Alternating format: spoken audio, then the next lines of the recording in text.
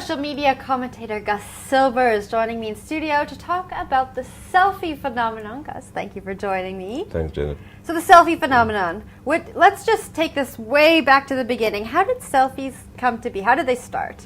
Well, okay, so there have always been selfies. People, in fact, the portraits of the self have been one of the themes in art since people first learned to paint. Right. In fact, if you go and look at the famous drawings of cavemen in the caves in France, they kind of would put their handprints on the wall as a symbol of saying, you know, this is us, we are here. Yeah. And then, of course, when art started developing visually, a self-portrait would be one way of saying this is me and this is who I am and this is my place in the world. Yeah. I think the selfie phenomenon that we talk about, that we can quite easily actually date back to the invention of cell phone cameras, which would be like just Right. before the start of the 21st century.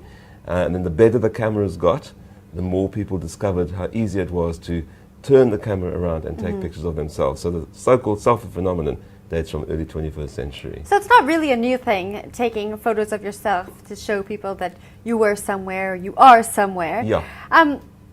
What do they tell us about ourselves? What do these selfies tell us? Well, the selfie generation now, and the generation actually isn't just necessarily young people, Yeah. but it tells us, firstly, that we're well acquainted with technology. We know how to use our technological tools for much more than they're designed for. So the idea of a phone as just a phone, that's gone.